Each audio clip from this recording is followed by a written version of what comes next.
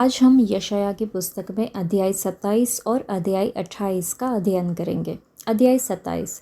उस समय यहोवा अपनी कड़ी, बड़ी और दृढ़ तलवार से लिब्यातान नामक वेग और टेढ़े चलने वाले सर्प को दंड देगा, और जो अजगर समुद्र में रहता है उसको भी घात करेगा। उस समय एक सुंदर दाख की बारी होगी, तुम उसका यश गाना। मैं यहोवा उसकी रक्षा करता हूँ, मैं क्षण क्षण उसको सींचता रहूँगा, मैं रात दिन उसकी रक्षा करता रहूँगा। ऐसा ना हो कि कोई उसकी हानि करे। मेरे मन में झलझलाहट नहीं है।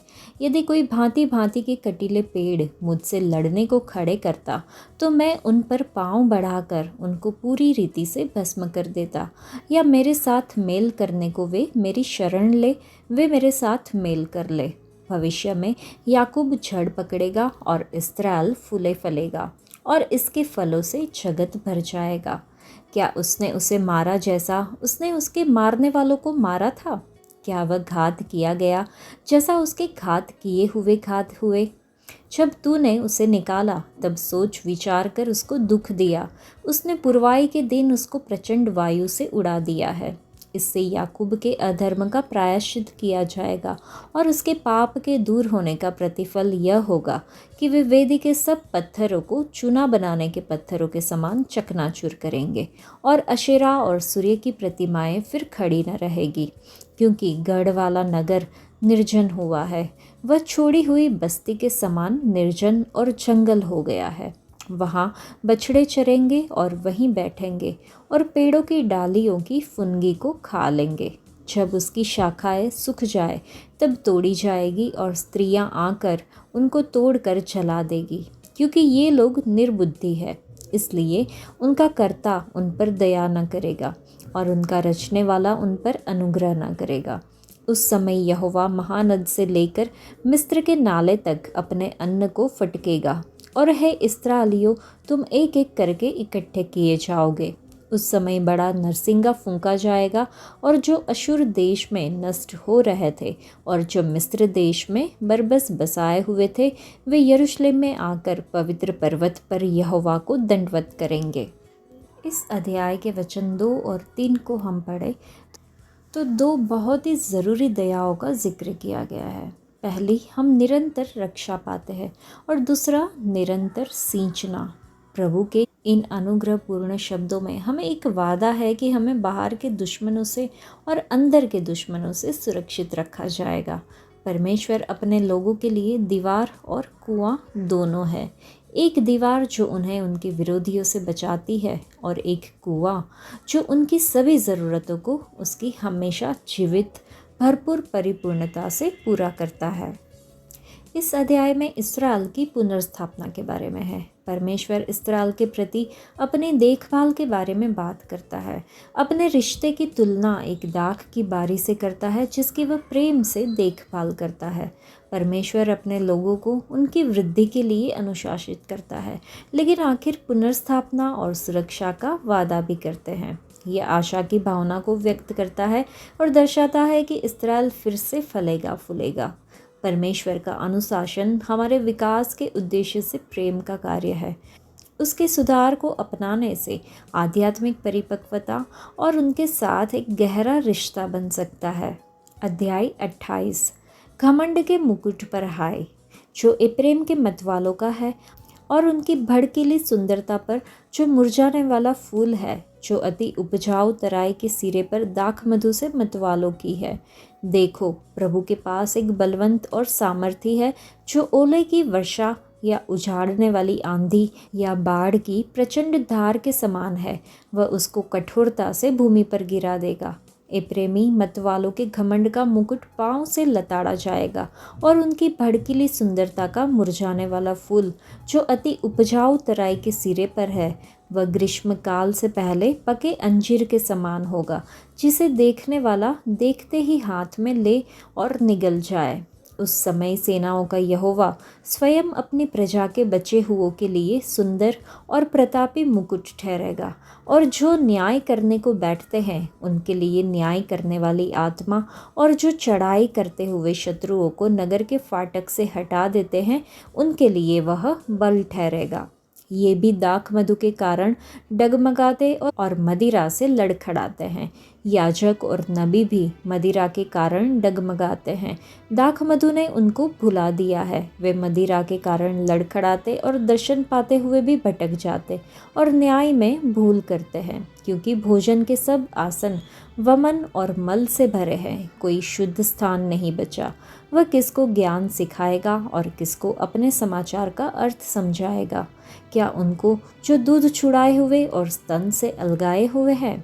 क्योंकि आज्ञा पर आज्ञा, आज्ञा पर आज्ञा, नियम पर नियम, नियम पर नियम, थोड़ा यहाँ थोड़ा वहाँ। वह तो इन लोगों से परदेशी होठों और विदेशी भाषा वालों के द्वारा बातें करेगा, जिनसे उसने कहा, विश्राम इसी से मिलेगा, इसी के द्वारा थके हुए को विश्राम दो। परंतु उन्होंने सुनना न चाहा। इसलिए यहोवा का वचन उनके पास आज्ञा पर आज्ञा, आज्ञा पर आज्ञा, नियम पर नियम, नियम पर नियम है, थोड़ा यहाँ थोड़ा वहाँ, जिससे वे ठोकर खाकर चित गिरे और घायल हो जाए और फंदे में फंस कर पकड़े जाए। इस कारण हे ठट्ठा करने वालों, यरूशलेम वासी प्रजा के हाकिमों, यहोवा का वचन सुनो। तुमने कहा है, हमने मृत्यु से वाचा बांधी और अधोलोक से प्रतिज्ञा कराई है। इस कारण विपत्ति जब बाढ़ के समान बढ़ आए तब हमारे पास न आएगी, क्योंकि हमने झूठ की शरण ली और मिथ्या की आड़ में छिपे हुए हैं। इसलिए प्रभु यहोवा यूँ कहता है, देखो, मैंने सियोन में नींव का एक पत्थर रखा है, एक परखा हुआ पत्थर, कोने का अनमोल और अति दृढ़ नींव के योग्य पत्थर, और जो कोई विश्वास रखे वह उतावली न करेगा।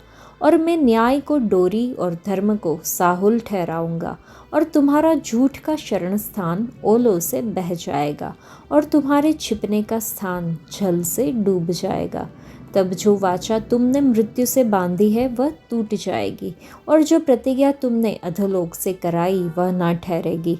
जब विपत्ति बाढ़ के समान बढ़ आए तब तुम उसमें डूब ही जाओगे। जब जब वह बढ़ आए तब तब वह तुमको ले जाएगी। वह प्रतिदिन वरन रात दिन बढ़ा करेगी, और इस समाचार का सुनना ही व्याकुल होने का कारण होगा। क्योंकि बिछोना टांग फैलाने के लिए छोटा और ओढ़ना ओढ़ने के लिए सकरा है। क्योंकि यहोवा ऐसा उठ खड़ा होगा जैसा वह पराजिम नामक पर्वत पर खड़ा हुआ, और जैसा गिबोन की तराई में उसने क्रोध दिखाया था, वह अब फिर क्रोध दिखाएगा, जिससे वह अपना काम करे जो अचंभित काम है, और वह कार्य करे जो अनोखा है। इसलिए अब तुम ठट्ठा मत करो, नहीं तो तुम्हारे बंधन कसे जाएंगे। क्योंकि मैंने सेनाओं के प्रभु यहोवा से यह सुना है कि सारे देश का सत्यानाश ठाना गया है। कान लगाकर मेरी सुनो, ध्यान धरकर मेरा वचन सुनो। क्या हल जोतने वाला बीज बोने के लिए लगातार जोतता रहता है? क्या वह सदा धरती को चिरता और हेंगा फेरता रहता है? क्या वह उसको चौरस करके सौंफ को नहीं छितराता, जीरे को नहीं बखेरता, और गेहूं को पांति पांति करके और जौ को उसके निज स्थान पर और कठिए गेहूं को खेत की छोर पर नहीं बोता? क्योंकि उसका परमेश्वर उसको ठीक ठीक काम करना सिखलाता और बतलाता है। दावने की गाड़ी से तो सौंफ दाई नहीं जाती, और गाड़ी का पहिया जीरे के ऊपर नहीं चलाया जाता, परंतु सौंफ छड़ी से और जीरा सोंटे से झाड़ा जाता है। रोटी के अन्न की दावने की जाती है, परंतु कोई उसको सदा दावता नहीं रहता, और न गाड़ी के पहिए न घोड़े उस पर चलाता है, वह उसे चूर चूर नहीं करता। यह भी सेनाओं के यहोवा की ओर से नियुक्त हुआ है। वह अद्भुत युक्ति वाला और महाबुद्धिमान है। यह अध्याय इस्राएल के अगुओं के बीच आत्मसंतुष्टि और नैतिक पतन के विरुद्ध चेतावनी देता है। अगुओं की उनके नशे और समझ की कमी के लिए आलोचना की जाती है, जिसके परिणाम स्वरूप विनाशकारी परिणाम सामने आते हैं। परमेश्वर कहते हैं कि वे सियोन में एक नींव का एक पत्थर रख रहे हैं, जो न्याय और धार्मिकता की नींव का प्रतीक है। सांसारिक सुखों की खोज आध्यात्मिक अंधेपन की ओर ले जा सकती है। हमें मसीह की ठोस नींव पर अपने जीवन का निर्माण करते हुए परमेश्वर से बुद्धि और विवेक की खोज करने के लिए बुलाया जाता है। इस अध्याय से हम यह भी समझ सकते हैं कि बुद्धिमान बने और यहोवा पर भरोसा रखें। यशाया उन्हें इस्राएल के उत्तरी गोत्रों की जीवन शैली की याद दिलाता है, एक ऐसी जीवन शैली जिसमें घमंड, पतन और यह भ्रम होता है कि वे शत्रुतापूर्ण आक्रमण से सुरक्षित है। यशाया अपने श्रोताओं को उस न्याय के बारे में बताता है जो जल्द ही उस घमंडी आत्मभोगी देश पर आएगा। यहूदा देश उसी पतनशील जीवन शैली जी रहा है जिसका उदाहरण कोई और नहीं बल्कि उनके आत्मिक अगुवे है। महान आत्मिक सत्यों का उनके जीवन पर बहुत कम या कोई प्रभाव नहीं पड़ा। हमें परमेश्वर के वचन के साथ उनके नकारात्मक व्यवहार की नकल करने से बचने के लिए सावधान रहना चाहिए। जितना अधिक हम मसीह में परिपक्व होते हैं उतना ही अधिक हमें सबसे मौलिक बाइबल सत्यों के प्रति विश्वासपूर्ण भय में खड़ा होना चाहिए। यहोवा ने शुरू में इन लोगों से सबसे प्राथमिक शब्दों में बात की, जैसे कि विश्वास, पश्चाताप, प्रतिबद्धता के बारे में। हम परमेश्वर के वचन की उपेक्षा न करें जिसका उद्देश्य हमें आत्मिक जीवन देता है।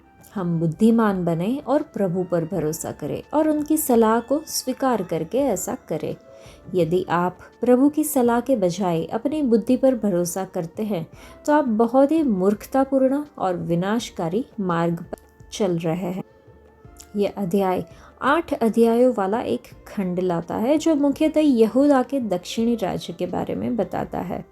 परमेश्वर उन लोगों के लिए एक चट्टान जैसी ठोस नींव का वादा करते हैं जो उन पर भरोसा करते हैं। पहले पत्रस की पत्री में अध्याय 2 में वचन 6 प्रभु यीशु मसीहा एक सुरक्षित स्थिर जीवन की नींव पर लागू होता है। उनकी परीक्षा ली गई, वे सिद्ध हुए और वे एक अनमोल नींव का पत्थर है। एक इमारत की ताकत उसकी नींव में निहित है और यह नींव हमारा यीशु मसीह है जो आधारशिला है। इसका मतलब है कि यह उसके वचन पर आधारित है। कलीसिया, महल, शहर या हमारे द्वारा बनाए गए घर की नींव और आधारशिला मसीह होना चाहिए।